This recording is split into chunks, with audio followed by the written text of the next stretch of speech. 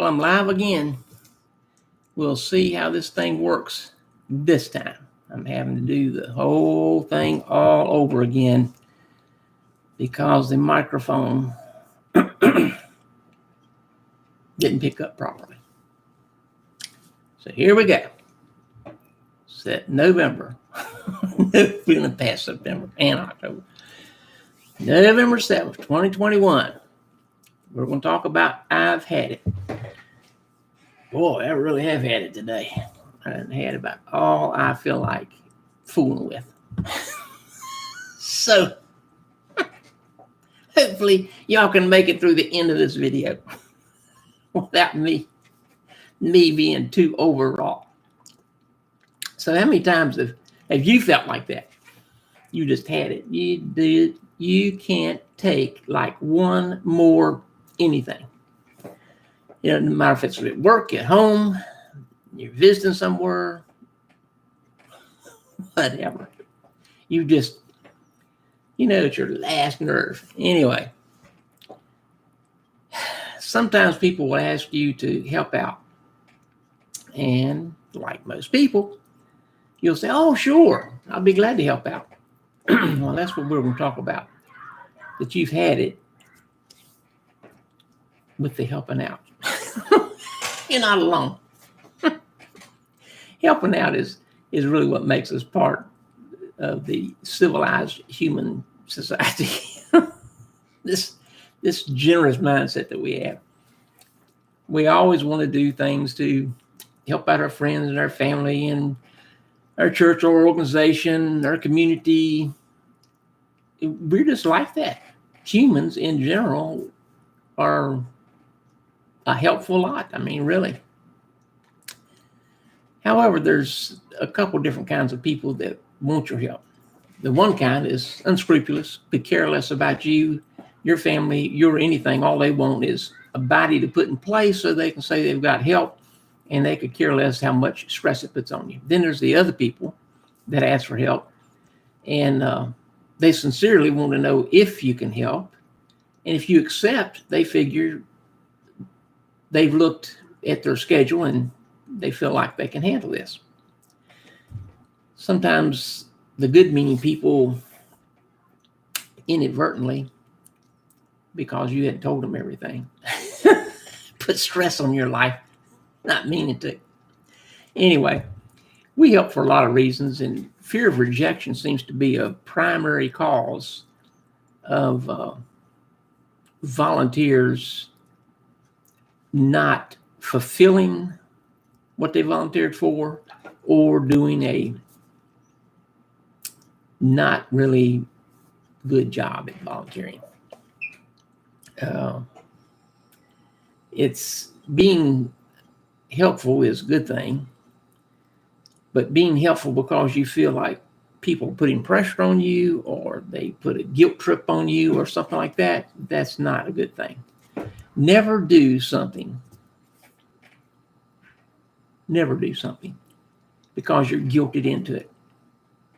If you're guilted into it, it's not going to bode well for whoever you're helping. You'll do a sorry job. The people that you're helping for, maybe you're working at a soup kitchen, and the people are coming through the line expecting smiling faces, and you're like, here's your stuff, right on, you get on through the,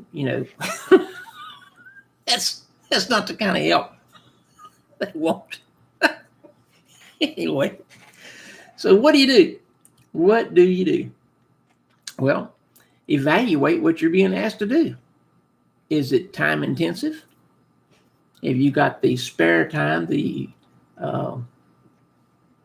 time that you can actually invest, the discretionary time to put into that project? Are you interested enough to do a good job?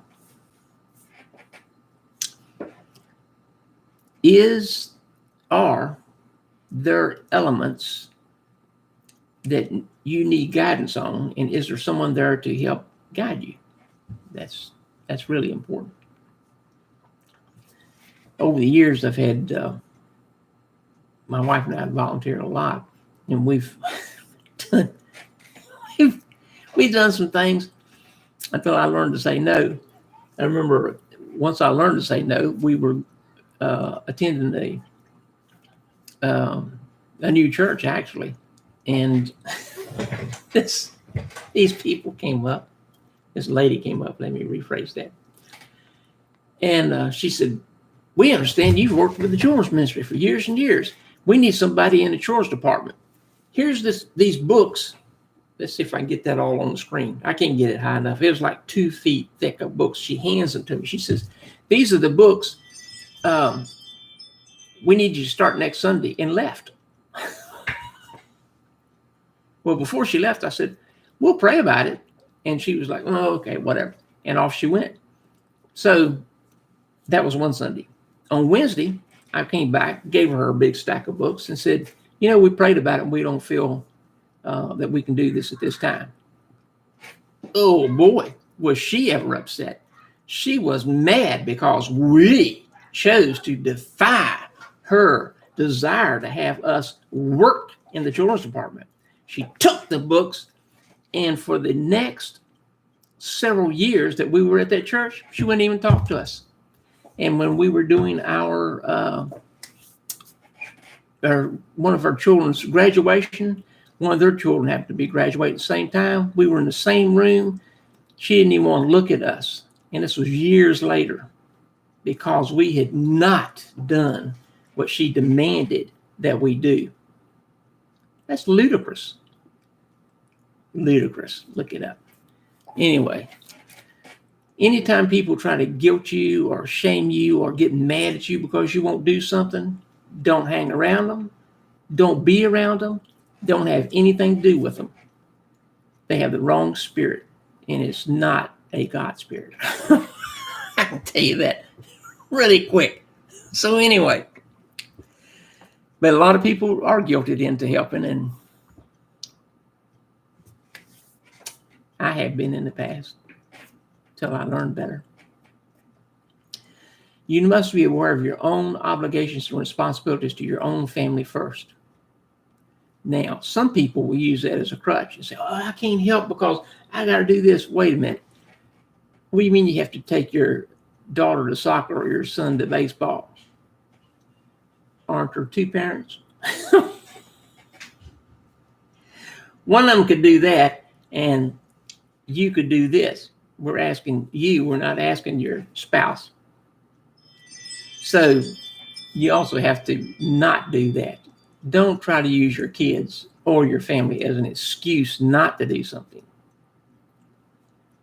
And yes, there's a lot of people that do that, and it's wrong. Using your kids or your family as an excuse because you could arrange everything so that you could help for a short time. And then move on. What to do? Well, evaluate what you're being asked to do. Is it a whole lot of time involved? Is it, a couple hours a week? Have you got that extra time to put into it? Are you interested enough to do a good job? Does the task have things to do that you really just don't know how to do? I mean, really. That's a whole different ball game. Now what? Is this task out of your comfort zone? Good. I'm glad. You need to get out of your comfort zone. Quit staying where you feel comfortable.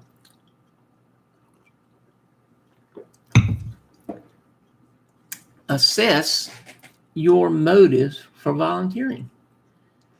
Probably some of you know that people that volunteer in an area that they are interested in and want to volunteer in, they have much, I want to emphasize that, much longer lifespans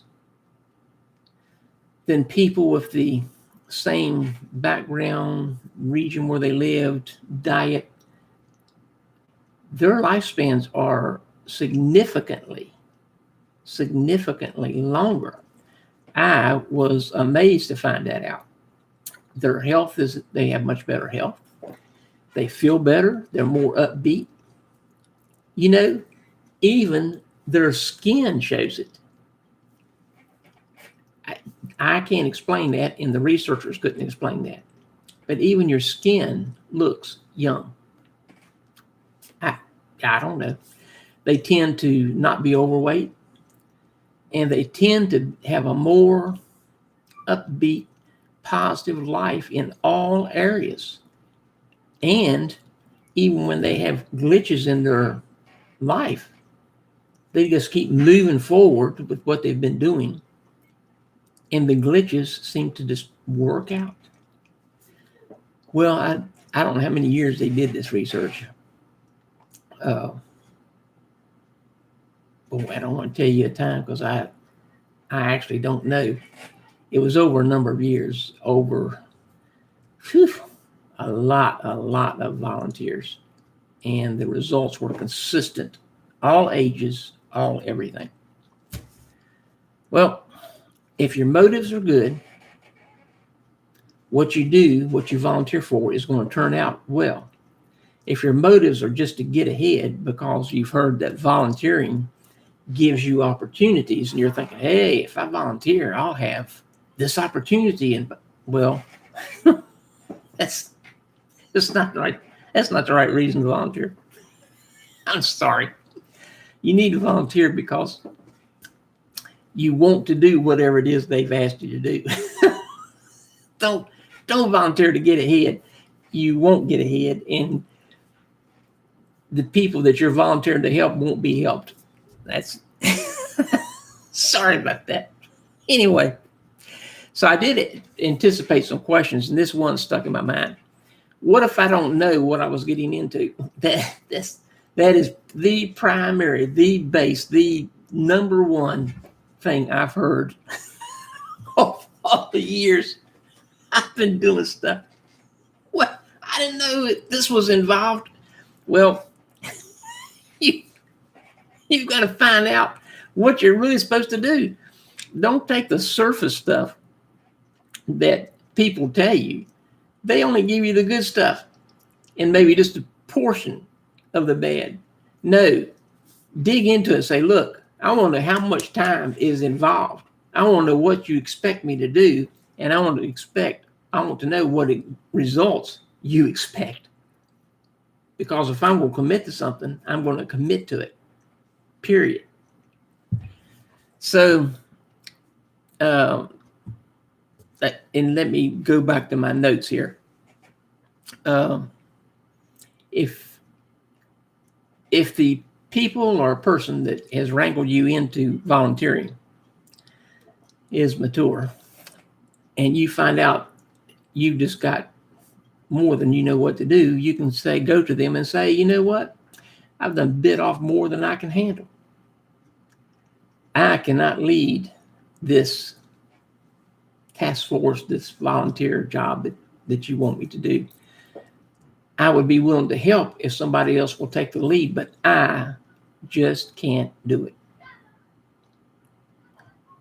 Don't let them go, oh, if you'll just hang on for another week or two. No, I just can't do it. I'll help. I can't do it. Find somebody else to lead. I'll help them. What if you just don't get it? Well, if you just don't get it, you just don't get it. If you haven't got someone there that's competent to guide you, to direct you, to ease you into it, or get you started fast and show you, but be there to guide you with all the parts and moving parts of the thing, then you go to that person and say, you know, I just can't get it. Guys don't like to do this, but guys, you're going to have to man up and just say, you know what? Can't get my head around it. I can't do it. I don't even know if I'll be any good as a helper, but I can try. Somebody else is going to have to lead this. I'm out. You're not being mean. You're being realistic.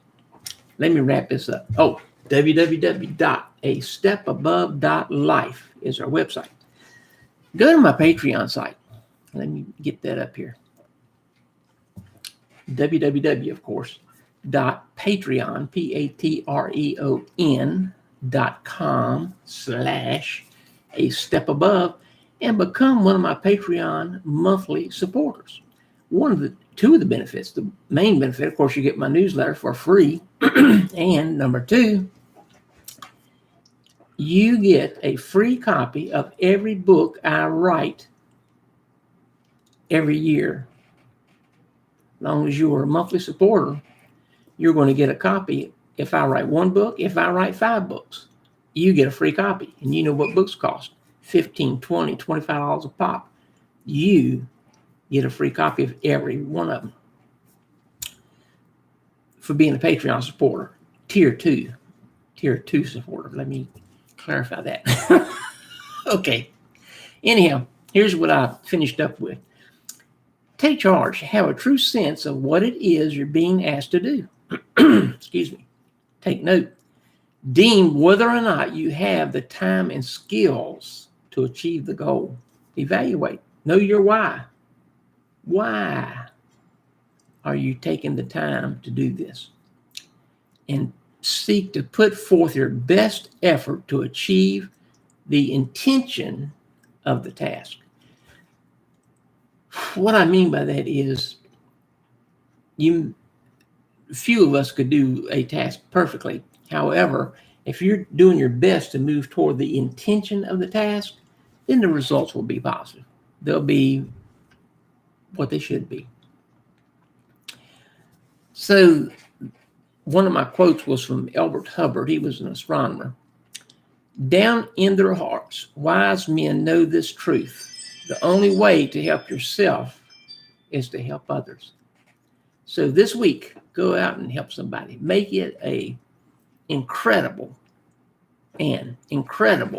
fantastic week, and interact with people in a positive, motivating way to the best of your ability.